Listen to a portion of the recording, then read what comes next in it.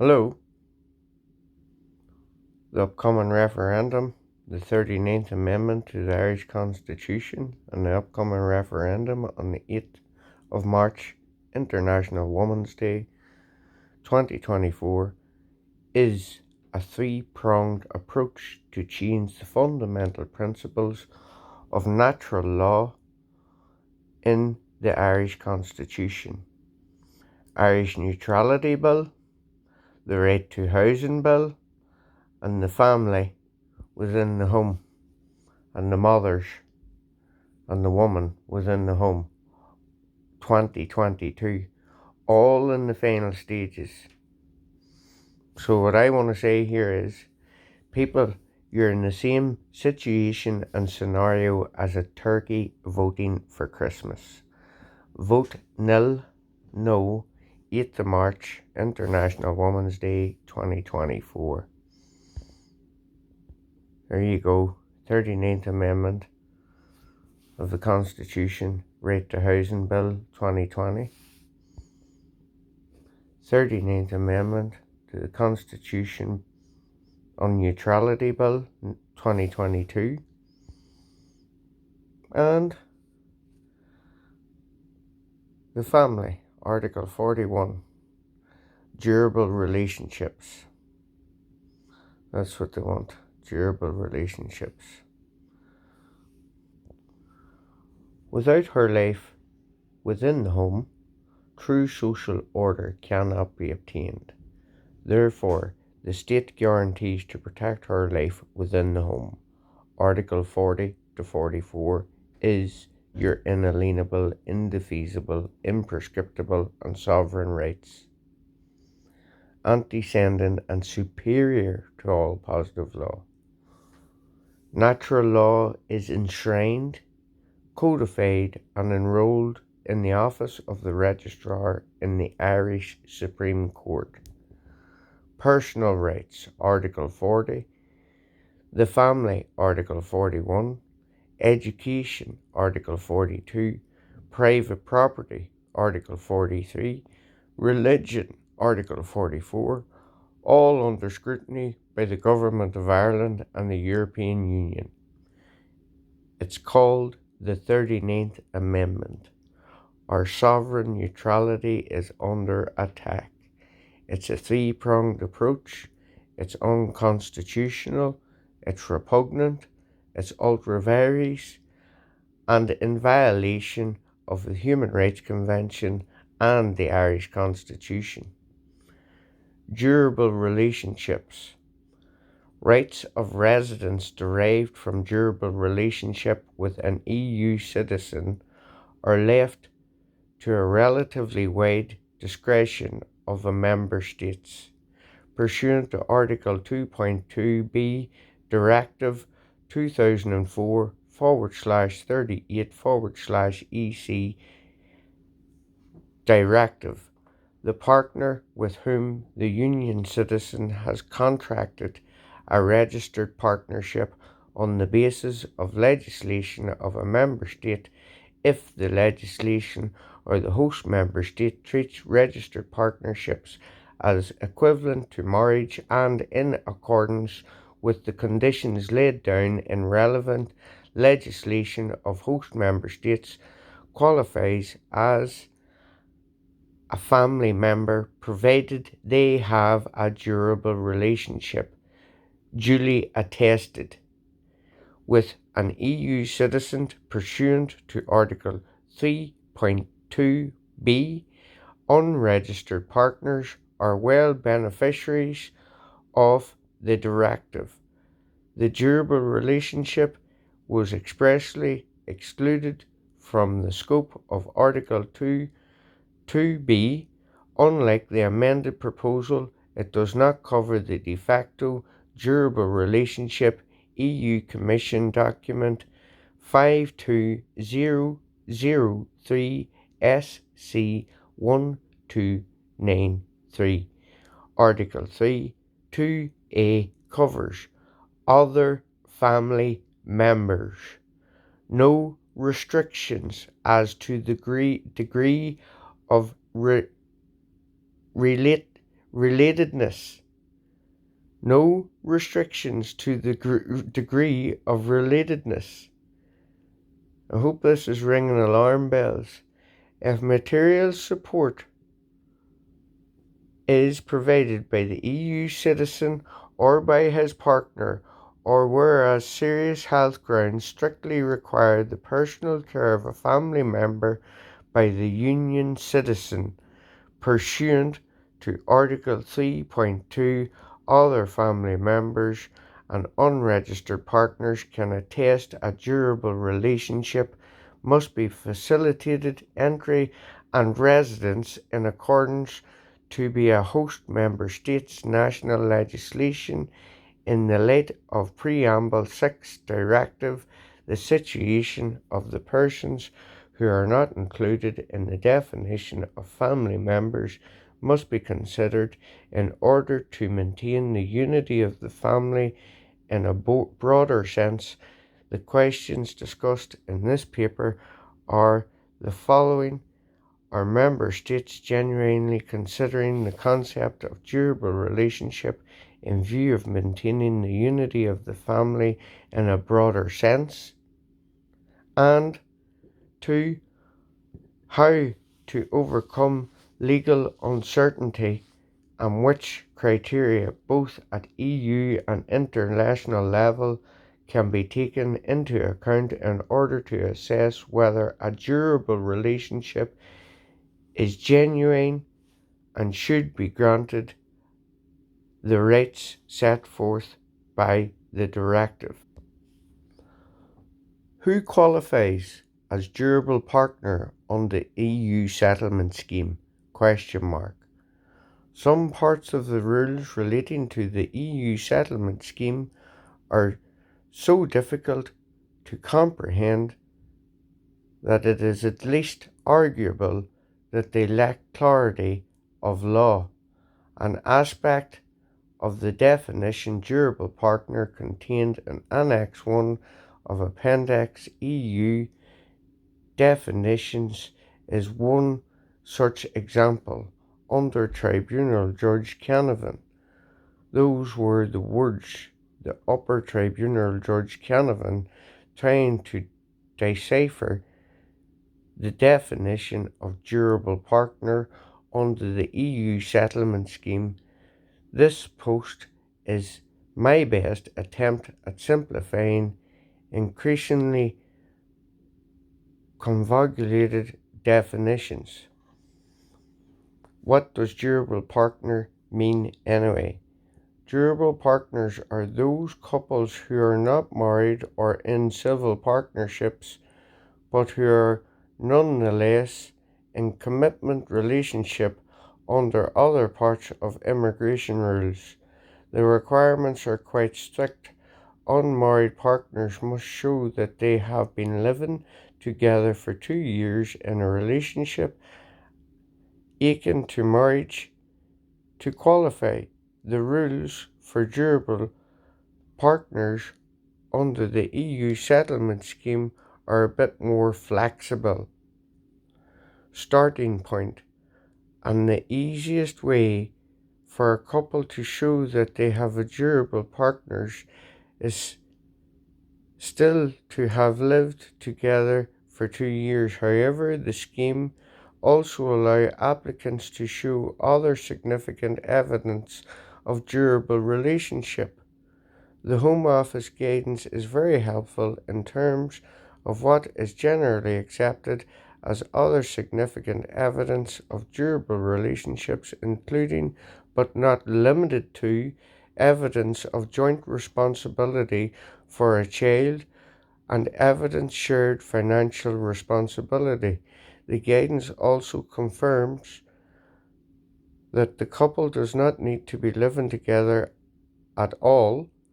Couples may have lived apart because one member is studying or working elsewhere, because of religious or cultural norms, or because they are the same sex couple from a country who would not tolerate them living together. In those cases, the Home Office would still expect to see evidence of a committed relationship, such as evidence of visits to see, regular communication, financial support, etc.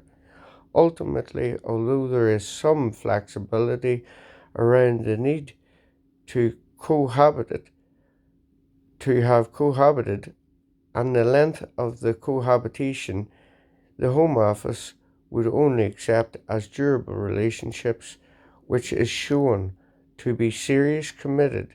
They must accept that they are genuine and realistic likelihood of the relationship continuing long term.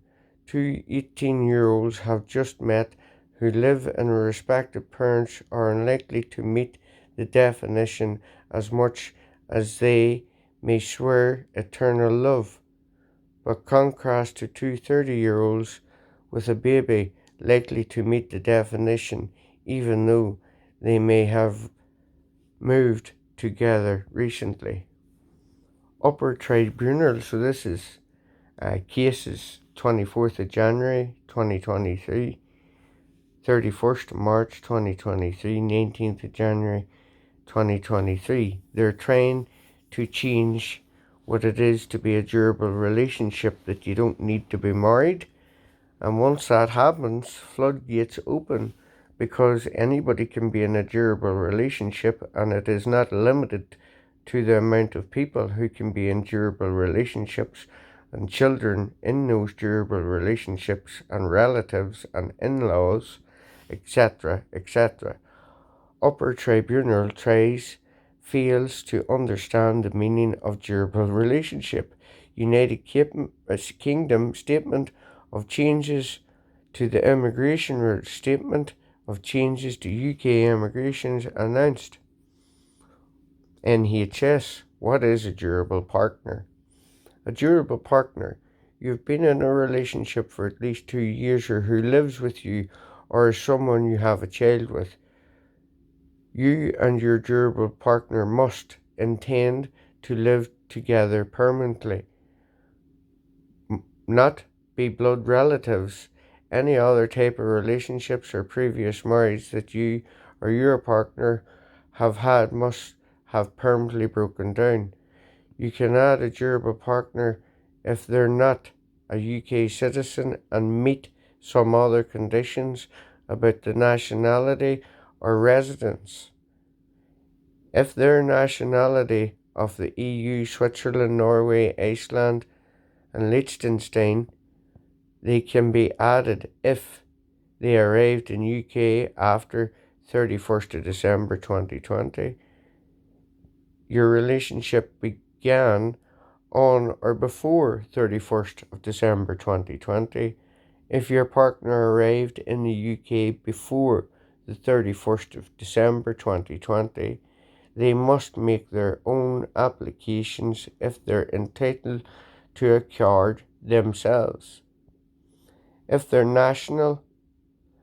national of another country, these conditions also apply unless they have settled or pre-settled status under European Union Settlement Scheme EUSS, in which case we will just have to verify their residency.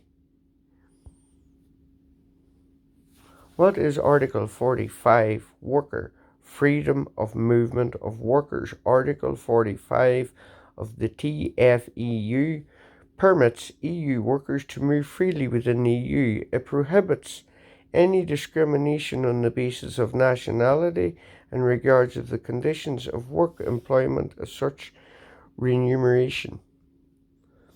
Article 47 of the Charter of Fundamental Rights. All persons have the right to obtain effective protection from the judges and the courts in the exercise their rights and legitimate interests, and in no case there may be a lack of defence. What is Article 45 of the Schengen or whatever agreement? Every citizen of the Union has the right to remove and reside freely within the territory of a member state. 2. Freedom of movement and residence may be granted in accordance with the treaties. to nationals of third countries legally reside in the territory of member states. Freedom of movement for workers shall be secured within the Union. 2.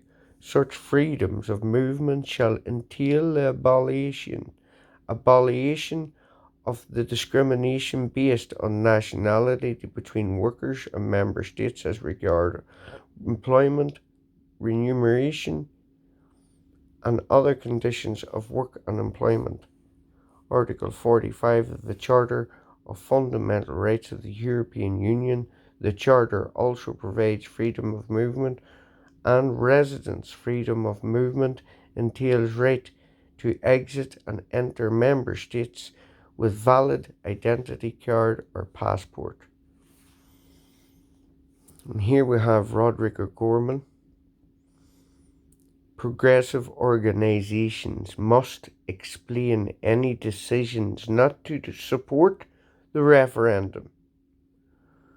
So, it's coercion and railroading. Rejection of proposed changes would leave status quo on woman's place within the home. You know, this is a man talking about women within the home. It's quite ironic. A gay man without any children, and he's talking about women and family, you know. So, durable relationships. The legal concept durable relationship is to be found in the European Union (EU) law regarding the rights of EU citizens and their family members to move and reside freely within the EU. This language has not previously been recommended by citizens' assemblies or the committee. Freedom of movement and residence constitutes one of the fundamental freedoms of the EU. This right is enshrined in Article 45 of the Charter of Fundamental Rights. Just after reading bits of it, the Charter, this right is conferred directly on every EU citizen by Article 21 of the Treaty of the Functions of the European Union, TFEU.